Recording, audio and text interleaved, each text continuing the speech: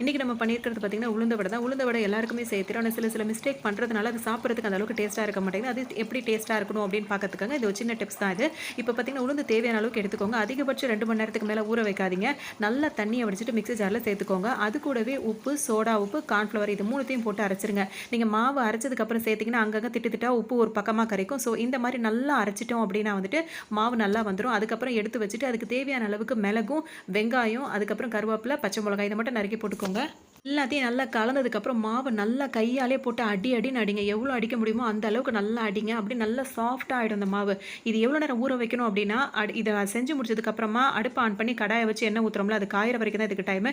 டக்குனு அத வந்து வடை பண்ணி போட்டுறலாம். ஸ்டார்ட்டிங்ல பார்த்தீங்கன்னா, உண்மையிலேயே வடை வந்து இந்த மாரி அழகா ஷேப்ல வராது. நான் போய் வடை மேக்கர் வாங்கலாம்னு நெனச்சேன். அது வந்து மூட்டை பூச்சி அரிக்கிற மிஷின் மாரி தான். அது மாரி வாங்கி தப்பு பண்ணக்கூடாது. ஒரு கிளாஸ்ல கொஞ்சம் தண்ணி வச்சுக்கோங்க. அத கையில உள்ளங்கையில தொட்டு தொட்டு வச்சுட்டு கொஞ்சமா மாவு எடுத்து எடுத்து இப்படி உருண்டை போட்டு அப்படியே எடுத்தீங்கன்னா, நம்ம சொல்ற பேச்சு அப்படியே மாவு தன்னால கேட்கும். இந்த மாரி